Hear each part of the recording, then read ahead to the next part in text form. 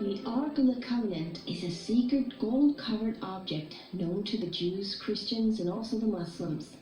It has also been made known to a wider audience by being depicted in various movies. The oldest text written about it is the Torah, found in the Jewish Tanakh and in the Old Testament of the Bible. It tells us about the supreme God, the one who claimed to be the creator of planet Earth. He wrote 10 laws on 2 tables of stone. These stones were then placed into a gold-covered chest. The chest itself was then closed with a seat or lid with 2 cherubims, one on each side of the lid. The ark was used for 2 different purposes. It was above this seat the creator of the earth would manifest himself, as the law and the ark functioned as a throne for the creator. Secondly, it was put into a sanctuary system along with other holy objects.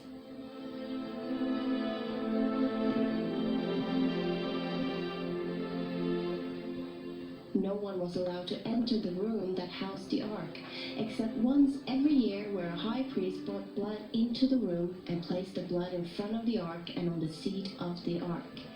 This signified how the people's transgressions against the law in the ark had been brought to justice, by a substitute's blood being brought before the throne.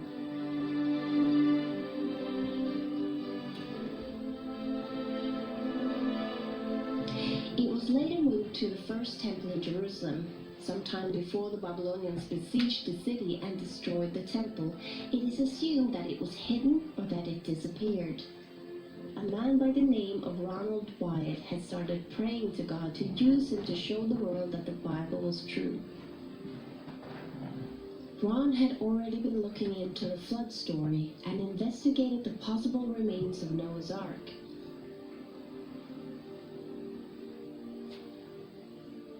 He was also studying the Israel exodus from Egypt and the location where they could have crossed the sea.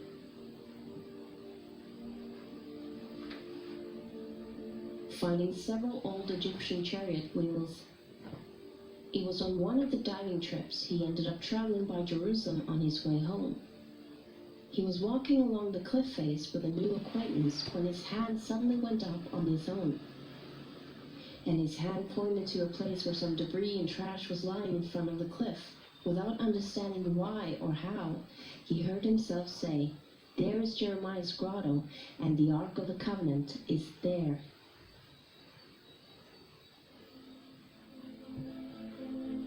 He absolutely saw the possibility that the Ark could be hidden beneath, somewhere in these tunnel systems. He was convinced that God himself had inspired him to find it. Ronald started excavating with his 2 sons in the place where his hand had pointed.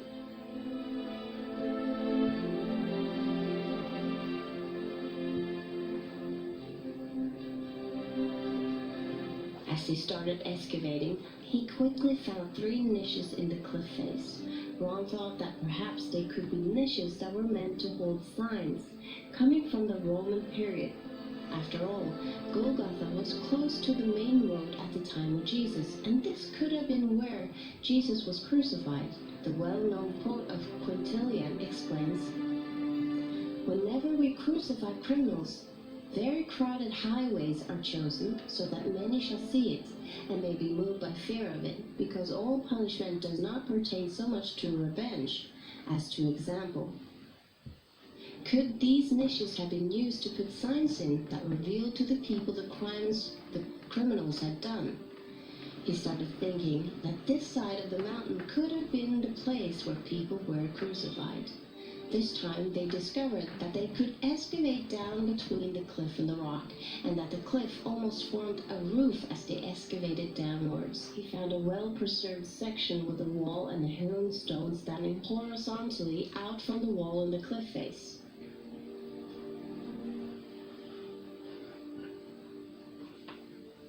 A few feet in front of it, he noticed a square rock that didn't look like a natural shaped rock.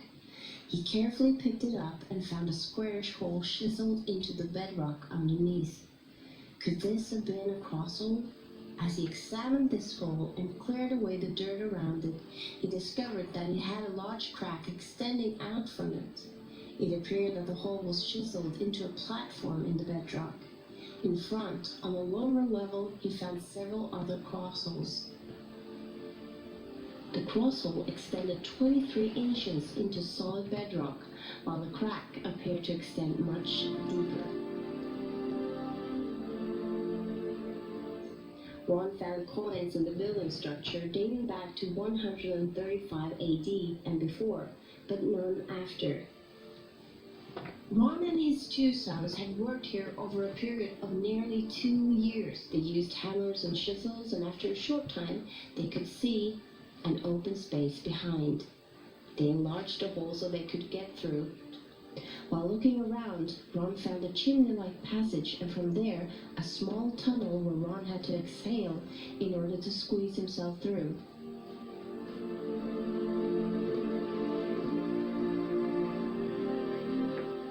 He then noticed a stalactite about 16 inches long in front of the cliff wall.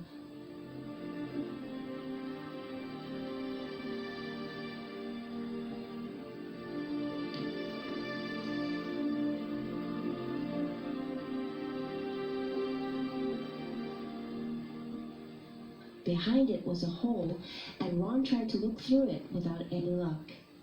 So he enlarged it a little and could see a cave inside, but it didn't look too promising and appeared to be a cave full of rocks. He enlarged the hole enough for his helper to crawl in, but he came quickly out again with a terrified look on his face, crying, "What is in there? What is in there? I'm not going back in there." And then he tried to get out of the cave system as fast as he could. Now Ron realized that there might be something there and enlarged the hole enough for him to squeeze himself in. It was now January the 6th, 1982. There was about 18 inches of clearance between the rocks and the ceiling.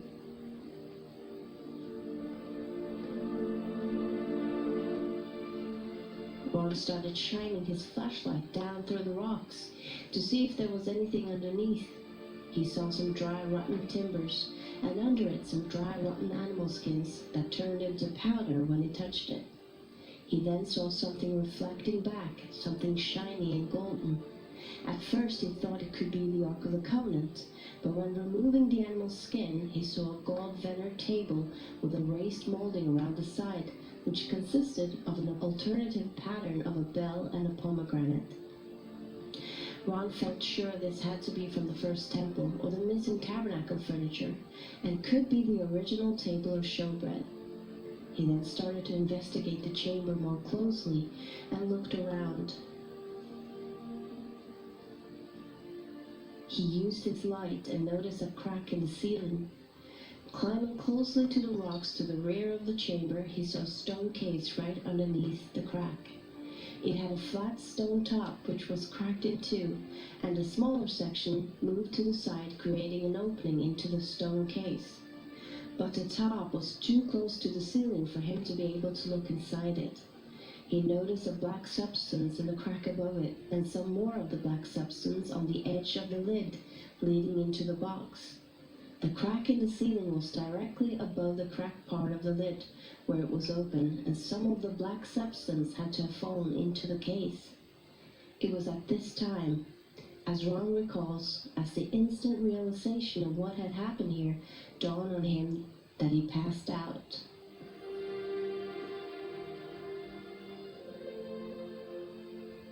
When he realized that the crack in the ceiling was the end of the crack extending from the crosshole found in the elevated platform many feet above him, and the black substance was blood that had fallen through the crack and into the stone case, he knew the Ark was in the stone case. But the most overwhelming realization was that Christ's blood had actually fallen on the mercy seat on the Ark of the Covenant.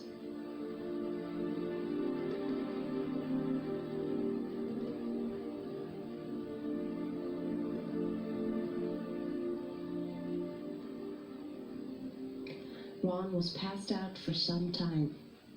He later came back to the cave and managed to confirm that it really was the Ark of the Covenant. He informed the Israeli government of the discovery, but was told to keep it quiet. But Ron could not stay silent for long. Ron visited the chamber several times and reported that several items were in there in addition to the Ark of the Covenant in the stone case. The 7-branch candlestick holder with their lamps from the original sanctuary, the golden altar of incense, the table of showbread, a golden censer, an ephod, a mitra with an ivory pomegranate on the tip, a brass shekel weight, oil lamps and a brass ring, and a very large sword.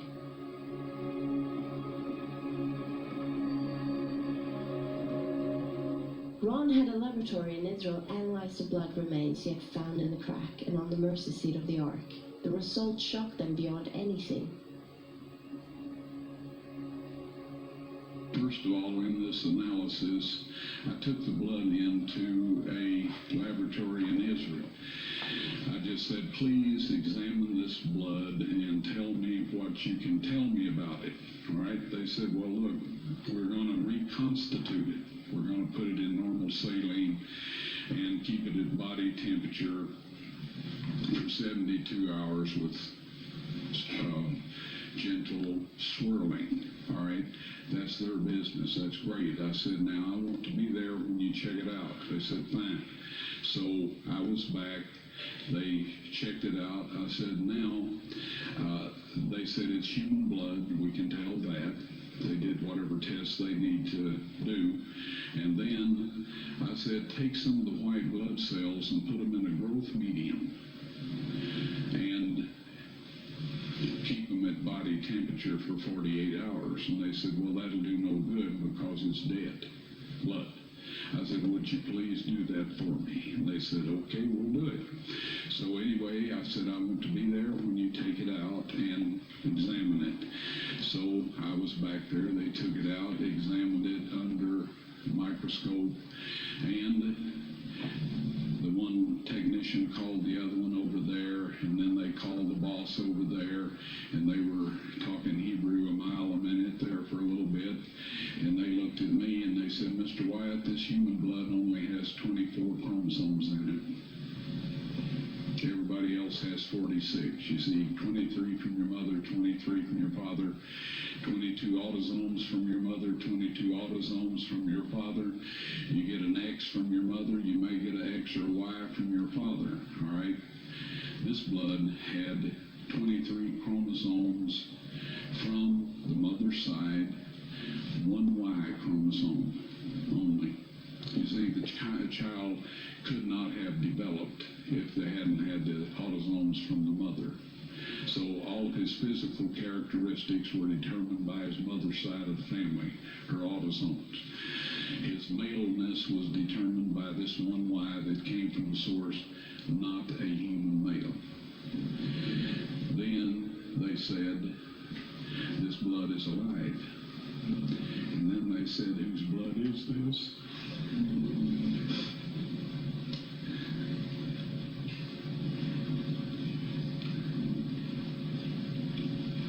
I said, it's the blood of your Messiah.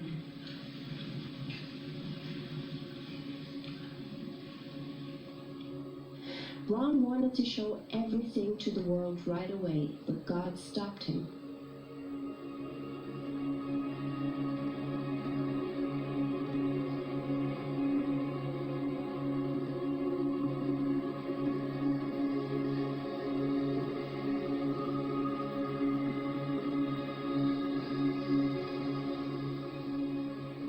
On his fourth visit, the chamber and tunnel were all cleared up and the furniture arranged in their order. Ron instantly felt the presence of angels in the room, and he saw 4 angels, 2 standing on each side of the ark. They told him they were assigned to protect the ark, and then they told Ron to put his camera on a tripod and film.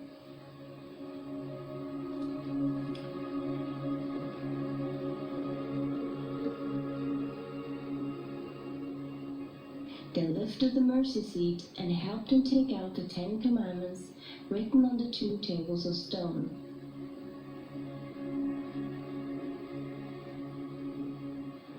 Ron then held them, showing them to the camera. They then told Ron what God had planned to show this to the world at God's appointed time. When National Sunday laws are made at force, shortly after that, they will be shown to the world. Ron instantly knew what the angel meant, as he had studied the topic beforehand. The angel was talking about the enforcement of the mark of the beast, mentioned in Revelation 13 and 14 as the last deception and test coming over the world before Christ's second coming.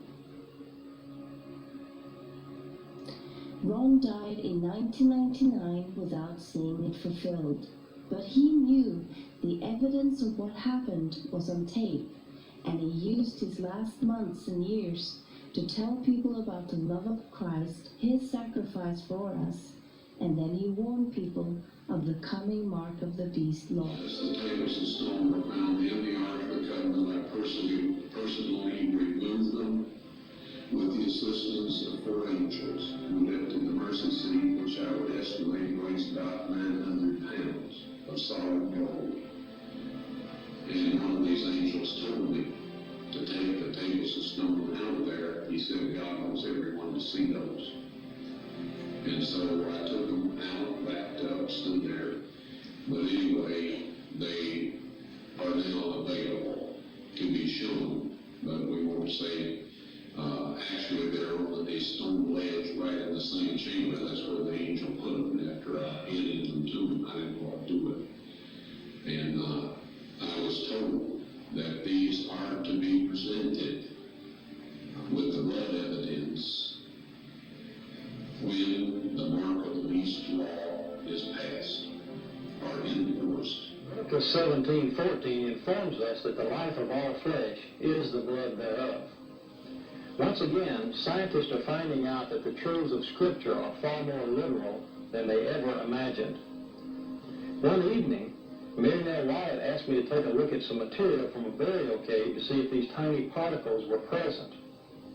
Without my knowledge, one of the samples was actually the blood sample that Ron had taken from the Ark of the Covenant dig.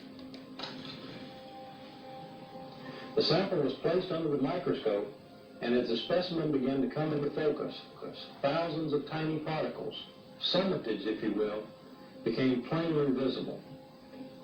At that time, Mary Nell, who was standing behind me, began to weep. As I turned around and saw the expression on her face, I realized immediately that the sample we were looking at was actually the sample that Ron had found to be the blood of Christ.